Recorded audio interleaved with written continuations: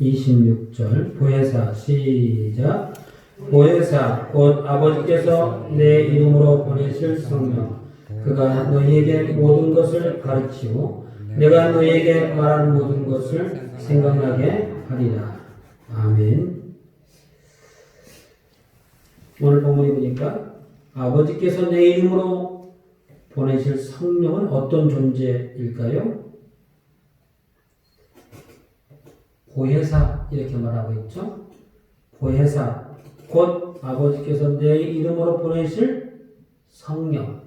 다시 말해 성령을 보혜사 이렇게 표현을 했습니다. 성령 하나님의 별명을 보혜사라 이렇게 붙인 거죠. 보혜사는 무슨 뜻입니까? 국어사전에 찾아보면 두 줄로 되어 있습니다. 기독교 성삼위 중에 하나인 하나님의 영을 이루는 말이다. 이렇게 되어 있습니다. 하나님의 영을 말한다. 또 국어사전에 기독교 신자의 영적 생활의 근본적인 힘이 되는 본체이다. 근본적인 우리 성도들의 영적 신앙생활의 근본적인 힘 그것이 성령이다. 이렇게 표현했어요. 하나님을 안 믿는 세상 사람들도 이렇게 성령에 대해서 잘 정의해놨고 또 알고 있습니다. 그러니까 우리 하나님 믿는 성도들은 더 잘 알아야 되겠죠. 왜냐면 이제 주변에 있는 사람들이 이렇게 궁금증이 나면 꼭 물어봐요. 너희가 믿는 기독교는 이런 거 아니냐고. 그렇게 물어볼 때 모르고 물어보는 경우도 있지만 다 알고 물어보는 경우도 많습니다. 그렇기 때문에 우리가 이제 꼭 그것 때문에 공부해야 될 필요는 아니지만 그래도 알고 믿는 게 굉장히 중요합니다. 본문에서 보혜사는 곧 성령을 의미하는데 성경에서 말하는 보혜사, 지금 아까 말씀드린 것은 국어사전에서 얘기한 거고요. 우리 성경에서 말하는 보혜사는 헬라어로 파라클레토스 그런 뜻입니다. 그런 이제 말인데요. 도움을 베풀기 위해 우리 곁으로 오시는 자 그런 뜻을 갖고 있습니다. 나에게 도움을 주려고 내 곁으로 오시는 자. 그래서 당시에 변호사, 변호인 그것을 이제 파라클레토스 이렇게 부르기도 합니다. 그래서 이제 보혜사는 곧 중보자, 위로자, 돕는 자, 상담자 이런 의미를 갖고 있죠. 중보자, 하나님과 우리 사이에 중보해 주신다. 우리의 잘못을 누가 고발합니까? 마귀가 고소합니다. 하나님 앞에서 그때 그것이 아니라고 얘기해 주는 자. 그 사람은 절대 그럴 사람이 아니라 혹시 그런 일이 있다 할지라도 한 번 더 기회를 달라고 말씀하시는 이가 바로 이 성령이십니다. 예수님으로 알고 있는데 맞습니다. 예수님도 보혜사죠. 예수님도 보혜사입니다만 성령 하나님도 보혜사입니다. 중보자. 그렇기 때문에 그런 역할을 하십니다. 또 우리가 이 땅에 살아가는 날 동안 시험되고 어렵고 또 넘어지고 힘들 때에 우리를 위로해 주시고 또 우리를 도와주시고 우리의 이야기를 들어주시는 상담자다. 이렇게 말할 수 있습니다. 자, 보혜사라는 뜻은 알았는데요. 그런데 오늘 본문에서 말하는 성령은 보혜사 말고 또 뭐가 있죠? 그가가 누구예요? 성령입니다. 너희에게 모든 것을 가르쳐 줄 것이다. 이렇게 말합니다. 우리의 스승이 되어 주신다는 거예요. 순간순간마다 성령 하나님을 의지하고 귀를 기울이면 그분께서 우리의 갈 길을 인도해 주시고 어떻게 살아가는 것이 참된 성도인지 가르쳐 주신다는 거예요. 나는 그런 거 한 번도 경험 못 했는데 사모하지 않기 때문에 그렇습니다. 사모하지 않기 때문에. 하나님은, 성령은 이제 강한 불로 역사하신답니다만 세미한 음성으로도 역사하십니다. 강하게 역사하시는 경우도 있습니다만 대부분의 경우는 세미한 음성으로. 세미한 음성이라는 의미가 뭐예요?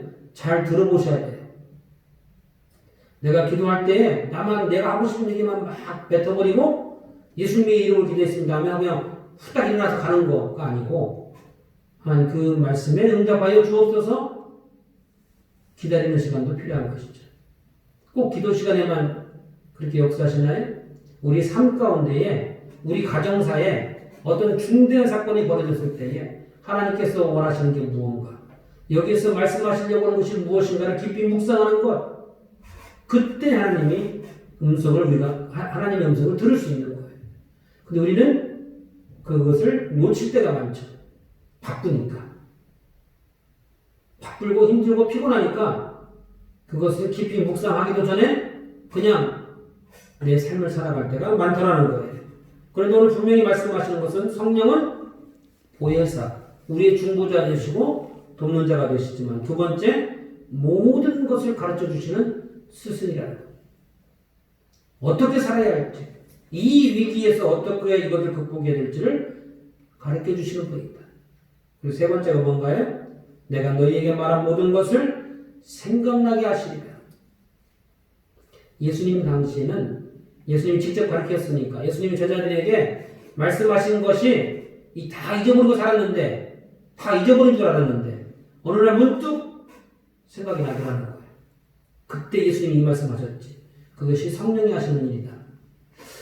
우리는 예수님이 직접 배운 게 아니니까 생각이 날 리가 없죠? 우리가 하나님 말씀을 깊이 묵상했던 내용들이 내가 어떤 사건에 직면했을 때 위기의 순간이 왔을 때에 그 말씀이 생각나게 하시고 그때 들었던 설교 말씀이 생각나고 내가 그때 깊이 은혜 받았던 묵상했던 말씀들이 생각나게 하신다는 거예요. 왜 생각나게 하실까요? 그 위기에서 벗어날 수 있는 정답을 보여주세요. 이렇게 가라고 이쪽으로 악한 자와 싸워서 같이 싸우지 말고 참고 인내하라. 차라리 손해를 보라. 음성을 들려주시더라. 우리는 그때 어떻게 해요? 내가 우리 고향에서 내가 그래도 껌 좀 씹었는데 누가 나를 건드려? 어머니 속에 그냥 혈기가 확 올라오죠. 그러니까 하나님의 음성이 안 들리고 성령의 인도함을 받기가 어려운 것입니다. 오늘 본문에서 말하는 성령에 대한 이야기를 했습니다만 또 성경 전반에 걸쳐서 어떻게 말씀하시고 있나를 보려고 합니다. 사람은 원래 영적인 존재죠. 영적인 존재. 하나님께서 인간을 창조하실 때에 하나님의 형상을 따라 만드셨기 때문에 그 마음에 늘 하나님을 바라보는 습성이 있습니다. 하나님을 섬기며 살고자 하는 마음이 있다 이거예요. 그래서 사람들은 옛날부터 영적인 것에 많은 관심을 가지고 살아갑니다. 이것을 종교의 씨앗, 칼빈 선생은 종교의 씨앗이라고 말합니다. 종교심이라고도 말하고 혹은 영성이라고도 말합니다. 사람은 누구든지 절대자, 하나님을 찾고 또 그에게 물어보는 그런 습성이 있다. 왜냐하면 사람은 하나님의 형상을 따라 지음받았기 때문에 그렇다는 것이죠. 그러나 인간의 타락으로 말미암아 하나님에 대한 지식이 사라졌고 인간의 힘으로는 하나님을 알 수 없기 때문에 저마다 나름대로의 신을 찾게 되었어요. 하나님을 알 수도 없고 하나님에 대해서 이제 배울 수도 없기 때문에 각자가 알아서 나름대로 이것이 하나님이다 라고 섬기는 거예요. 지금은 이제 이제 자기들이 말하는 종교가 있고 창시자가 있습니다만 오늘 구약 성경에 보면 이스라엘 백성들이 출애굽을 해가지고 모세가 시내산에 올라가서 내려오지 않아요? 그러니까 이 이스라엘 백성들이 불안한 마음에 금송아지 신을 만들죠. 그거 없으면 안 될까요? 그러니까 그것이 종교심이라고 해요. 우리를 인도하는 자가 없어졌다는 거예요. 신이 없어진 거예요. 그러니까 만들어야겠다는 것이죠. 그래서 저마다 만들었는데 금송아지 신. 예굽에서 섬겼던 신이 금송아지 신입니다. 예굽 사람들이 섬겼던 신이에요. 그러니까 보고 배운 대로 그대로 자기들도 만들었는데 그 금송아지 신의 이름이 뭡니까? 그 금송아지 신의 이름. 금송아지 신이 금송아지 신이죠. 금송아지 신을 만들어 놓고 이걸 뭐라 불렀어요? 우리를 여기까지 인도하신 하나님이다. 이렇게 얘기를 했어요. 그러니까 하나님은 하나님인데 자기가 만들어 놓은 것을 하나님이라고 말한다. 오늘 시대 많은 그리스도인들이 그렇게 믿는 경우가 많습니다.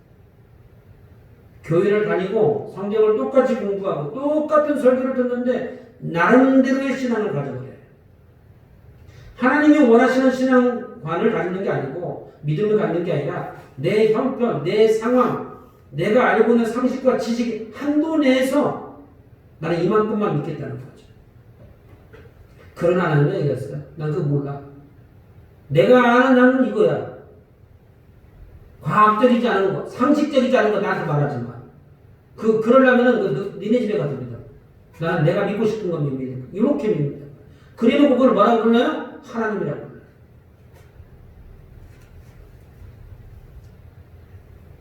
이것을 타락이라고 말해요. 죄라고 말하기도 하죠. 그것은 하나님이 아니에요. 마치 금송아지 신을 만들어 놓고 이것이 우리를 여기까지 인도하시는 하나님이다. 라고 하는 것과 똑같은 거예요. 그러므로 이것은 이와 같은 신앙은 매우 위험한 신앙이에요.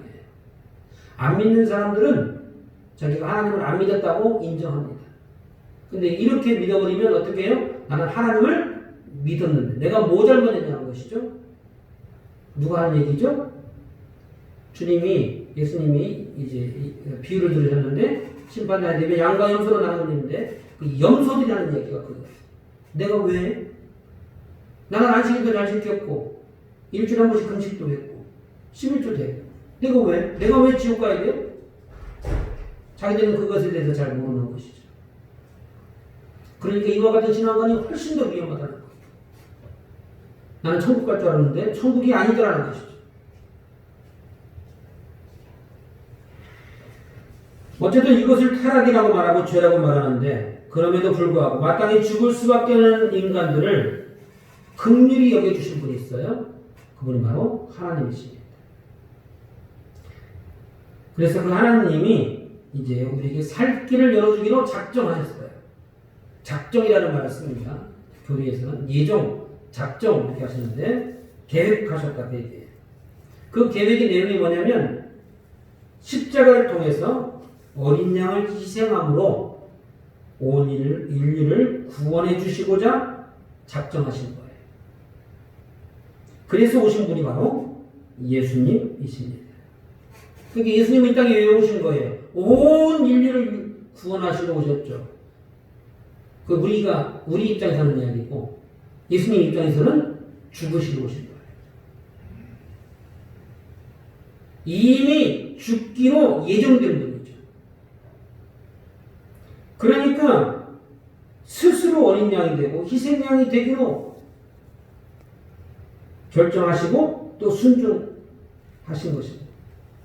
예수님은 처음 이렇게 계획대로 십자가에 죽으심으로 온 인류가 죄사함을 받을 수 있는 구원의 길이 활짝 열려지게 된 것입니다. 그런데 요한복음 1장에 보니까 뭐라고 기록되어 있어요? 빛이 어둠에 오셨으나 빛은 예수님을 이야기하죠. 어둠은 죄악 가운데 살아가는 당신의 백성들을 이야기합니다. 빛이 어둠에 오셨으나 어둠이 그 빛을 이제 알아보지 못하고 외면하고 영접하지 않으셨습니다. 온 인류가 예수님을 외면하는 것이죠. 메시아를 기다렸습니다. 메시아를 기다렸는데 막상 메시아가 왔는데도 메시아가 온 줄도 몰라요. 우리가 많은 세월 동안 기도하고 눈물을 흘려 기도합니다만 그래서 하나님 응답을 주셨는데 막상 응답을 못 알아듣고 못 알아보는 거예요. 왜냐하면 내가 원하는 정답은 이거거든요.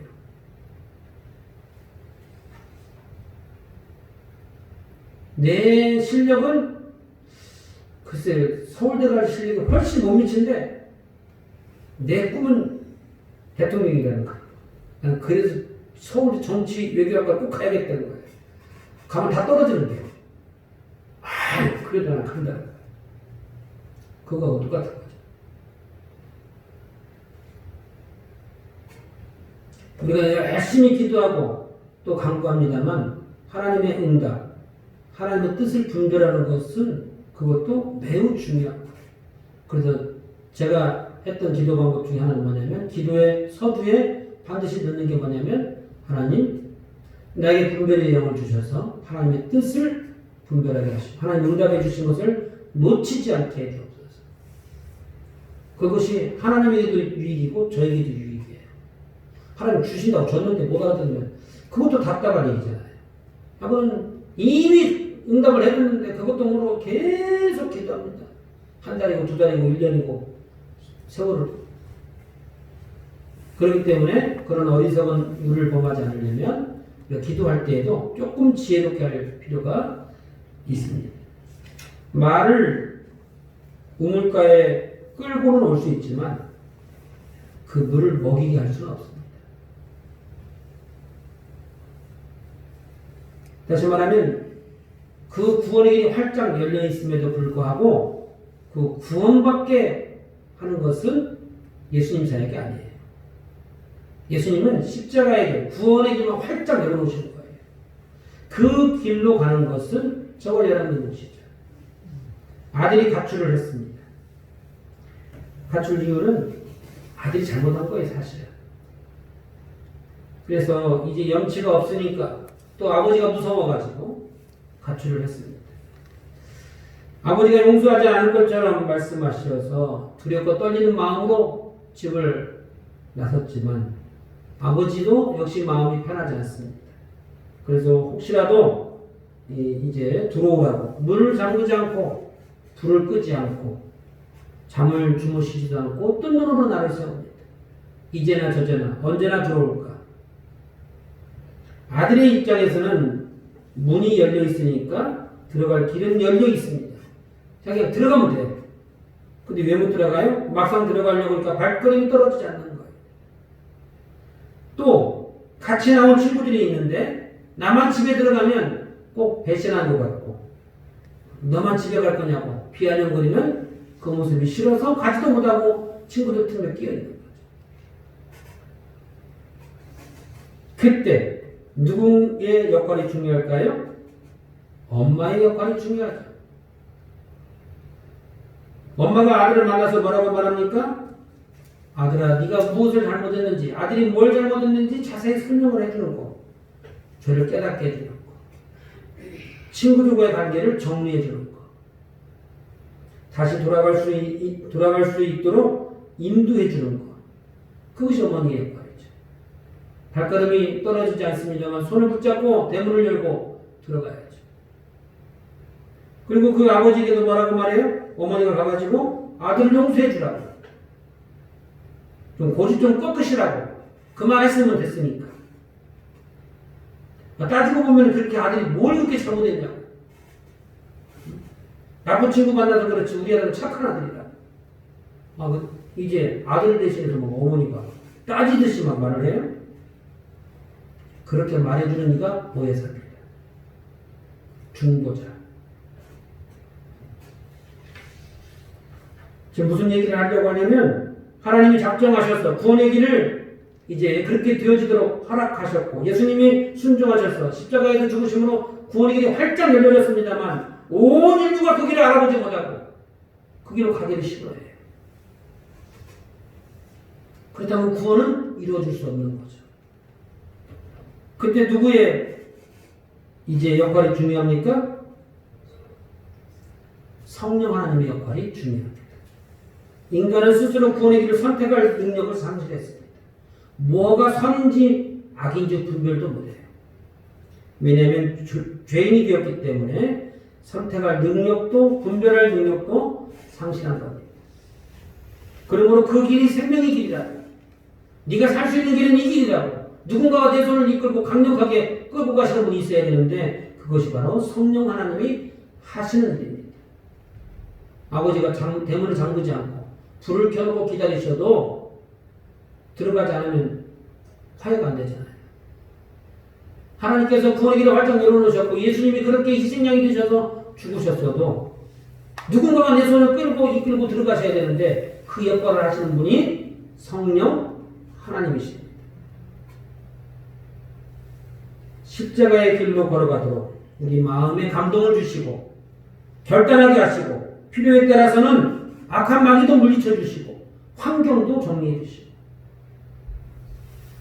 엄마와 같은 역할을 하는 이가 바로 성령 하나님이시죠.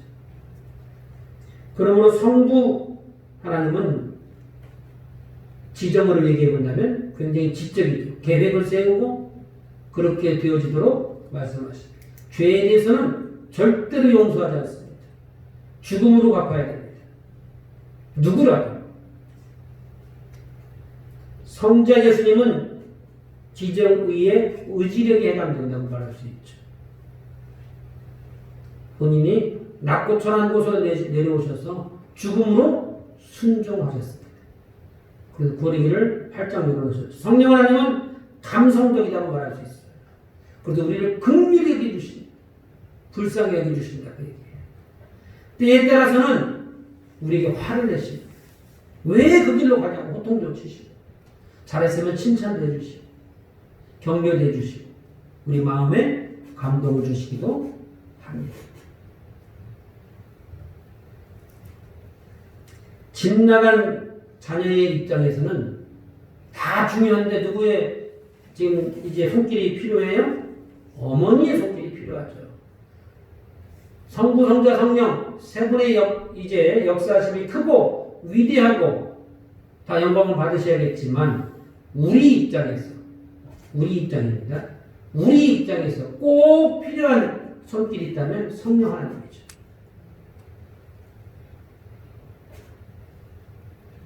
성령 하나님은 우리를 하나님 나라로 인도한다 이렇게 말하고 있습니다. 요한복음 3장 5절에 보니까 예수께서 대답하되 진실로 진실로 내게 이르노니 사람이 물과 성령으로 나지 아니하면 하나님 나라에 들어갈 수 없느니라. 물과 성령으로 난다. 다시 태어나야 된다 그 얘기입니다. 성령으로 거듭나지 않으면 하나님 나라에 들어갈 수 없다. 성령으로 거듭나야 된다는 거예요. 완전히 새로운 사람이 되어야 된다는 거예요. 그러니까 성령 하나님의 역할이 우리에게는 굉장히 중요한 것입니다. 그러므로 구원받는 일에 있어서 가장 중요한 것이 성령 충만 받는 것, 그것이 그렇게도 중요해요. 세상 사람들에게는 그것이 값없는 것이 될지 모르겠지만 그래서 성경은 뭐라고 해요? 성령 충만 받으라 명령하십니다. 에베소서 5장 18절에 보니까 술 취하지 말라. 이는 방탕한 것이니 오직 성령으로 충만함을 받으라. 명령하셨다. 선택의 여지가 없습니다. 내가 하고 싶으면 하고 안 하고 싶으면 안 하고 뭐 그것들 좀 성령 받고 싶으면 니네 나가거나 나는 그냥 교회나 나가는 그것이 아니에요. 예수를 믿는다고 하는 그것이 뭐냐면 성령 충만입니다. 성령 충만을 벗어나서 예수 믿는다고 말할 수 없어요. 어떤 경우라도.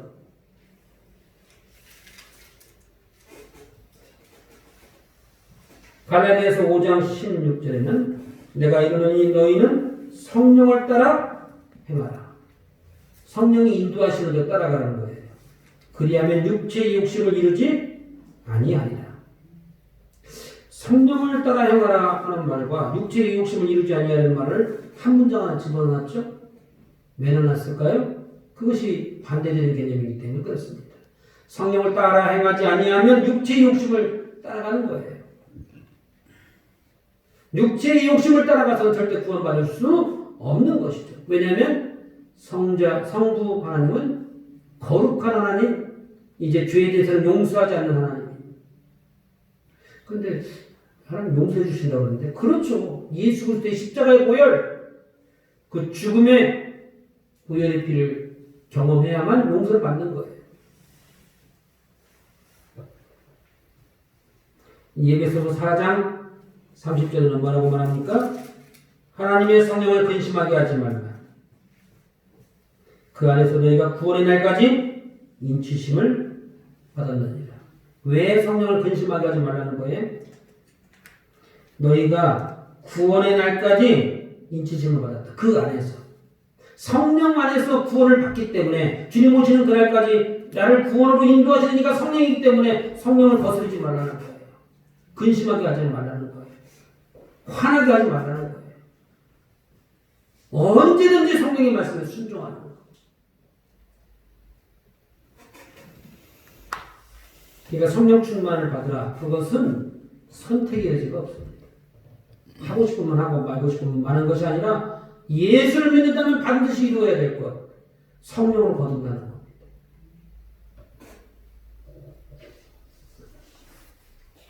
오순절마가 다락방에 성령 세례가 임한 것도 예수님이 성령 받으라고 명령하셨죠. 너희는 몇 날이 못되어 아버지 약속하신 것을 기다리라. 그것이 성경이잖아요. 내가 성령 받았는지 어떻게 알 수 있을까요? 내가 알 수 있나? 누가 알려줘야 되는 건가? 목사님이 알려주셔야지. 내가 그걸 어떻게 알아? 고린도전서 3장 16절에 보니까 너희는 너희가 하나님의 성전인 것과 하나님의 성령이 너희 안에 계시는 것을 알지 못하느냐. 성령이 내 안에 계시다는 것을 누가 알아야 된다고요? 내가 알아야 된다고요. 목사가 알려주는 게 아니에요. 다른 사람은 몰라도 하나님과 나는 알 수 있다는 거예요. 내가 성령을 거듭났는지 아닌지는 본인이 안다는 거예요. 본인이.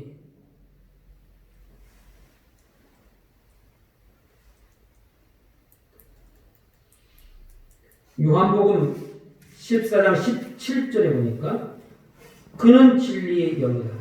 세상은 능히 그를 받지 못하나니 이는 그를 보지도 못하고 알지도 못합니다. 그러나 너희는 그를 아나니 그는 너희와 함께 거하심이요 또 너희 속에 계시겠습니다.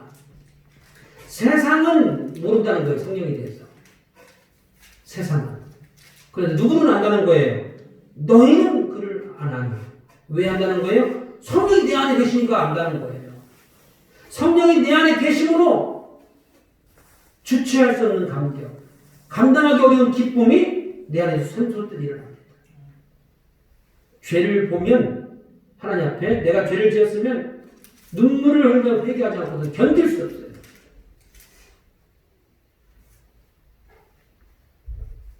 내 안에 성령이 계신 곳으로 인해서 내 스스로 그걸 알 수 있다는 거예요. 나만 아는 거죠.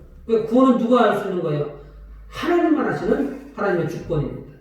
그런데도 불구하고 미루어 짐작컨대 나도 성령 받았다는 것을 스스로 알 수 있다. 다른 사람은 모르는데.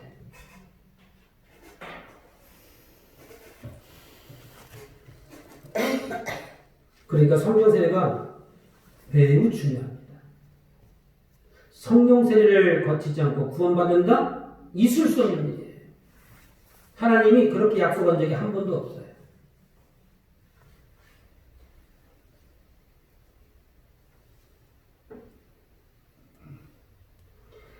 성령 충만한 그리스도인은 반드시 그것이 성령의 열매로 나타난다고 그러죠. 갈라디아서 5장 22절 23절에 성령의 9가지 열매를 말합니다. 그 성령의 열매가 물론 내적으로 열매가 맺어서 밖으로 표현되는 겁니다만 이 말의 의미는 뭐냐면 내 속에는 내 안에 성령이 계시면 그것이 이제 내가 있음을 알게 되고 그것으로 인해서 다른 사람이 봐도 저 사람은 성령 받은 사람이야 알 수 있다는 거예요. 왜? 겉으로 성령의 열매가 나타나니까. 달라졌어요. 저 사람이 예수 믿더만. 예전에는 저런 사람이 아니었는데 누가 봐도 알 수 있다는 거예요. 그러니까 성경은 내 속에 성령이 계신 것을 나 스스로만 알 수 있다고 말하지만 여러 가지 이렇게 정황으로 놓고 보면 미루어 보는 거죠. 아, 저 사람은 성령 충만 받은 사람. 말하는 게 달라. 어디를 가든지 은혜를 끼쳐. 헌신하고 봉사하는 일에 본이 될 만해. 나타난다는 거예요.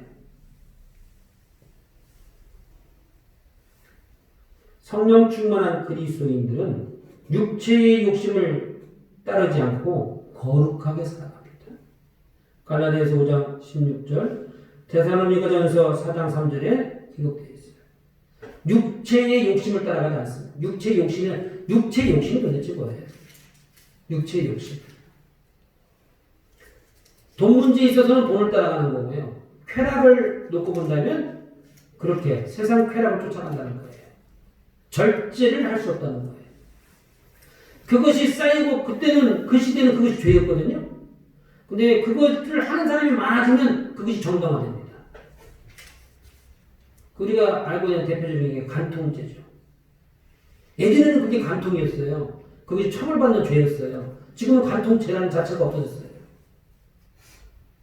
예전에는 이제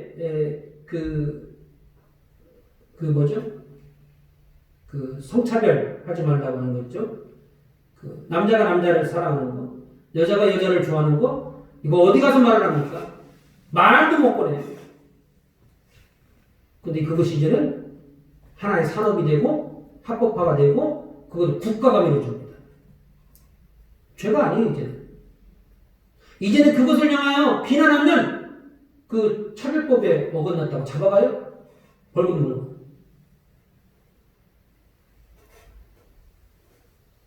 육체의 욕심을 따라가게 되면 그것이 한 번, 두 번 혼자 할 때는 죄였는지 모르지만 여러 명이 하면 죄가 아니거든요. 근데 성령 충만한 사람은 뭐예요? 그렇게 육체의 욕심을 따라가지 않는다는 거예요. 그것이 물질이든 그것이 쾌락이든 그것이 학문이든 어떤 경우에라도 거룩하게 살려고 합니다. 거룩하게.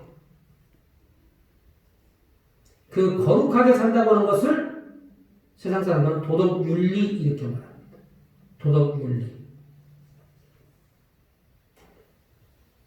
그래서 이 짐승들과 사람의 차이점이 뭐예요? 그 칸트는 보니까 이제 도덕적 사유가 없기 때문에 짐승과 사람은 다르다 이렇게 표현했어요. 도덕적 사유. 그러니까 이렇게 이게 길거리에다가 이렇게 휴지를 버리는 거, 뭐 예를 들어서 강아지가 가다가 대소변을 버는 거, 거기 도덕적인 전혀 꺼리낌이 없어요. 내 영역 표시야 그거는. 당연히 해야 되는 일이잖아요. 그런 고민이 없어요. 근데 사람은 그런 도덕적 사유를 한다는 생각을 한다는 거죠. 그러니까 그리스도인으로 본다면 뭐예요? 거룩하게 살려고 하는 그런 노력이 있다는 것이죠.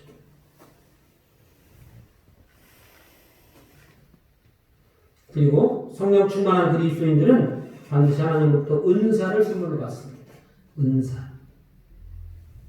예전에는 내가 말빨이 세가지고 동네 싸움 가면 뭐해? 꼭 나를 불러. 동네 싸움 나면 나를 불러가지고 우리 편 해달라고 막 그러잖아요. 학교 다닐 때. 그런데 그렇게 말 잘하던 그 말을 가지고 어디다 썼어요? 사람들하고 싸우고 시비를 이렇게 나누고 하는 일에 썼는데 예수 믿고 나니까 뭐예요? 그 입술로 가지고 복음을 전하고 같이 기도하자고 하고 달라졌다는 것이죠. 똑같은 은사잖아요. 말 잘하는 거. 근데 달라졌어요. 내가 이렇게 우리 시골에서는 일륜이라고 그래, 일륜. 똑같은 일을 시켜도 바보같이 일하는 사람이 있고 왜 지게 일을 저렇게 할까? 효과적으로 하지. 한 번만 왔다 가면 되는데 왜 쟤는 일을 두 번, 세 번 왔다 갔다 해. 그러니까 남들은 이렇게 지치지 않는데 저 친구는 막 지쳐.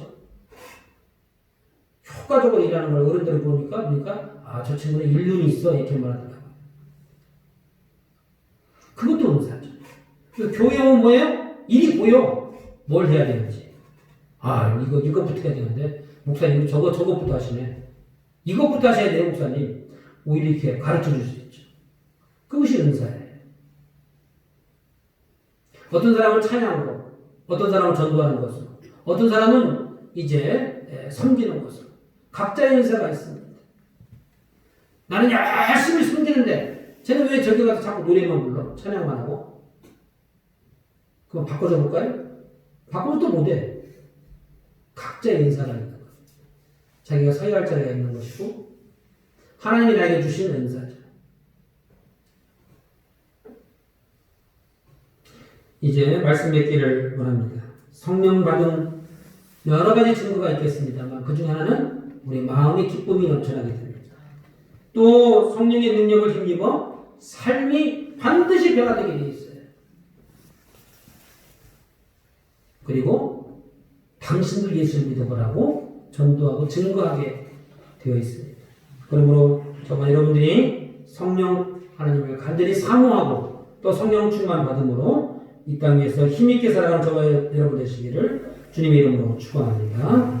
우리 한번 같이 기도하시고 각자 주신 말씀을 붙잡고 기도하실 때 하나님 오늘 우리에게 성령의 충만함을 허락하여 주옵소서. 우리 안에 내주하셔서 우리의 말과 행동이 변화되게 하시고 우리의 생각과 마음의 자세가 변화되게 역사하여 주옵소서.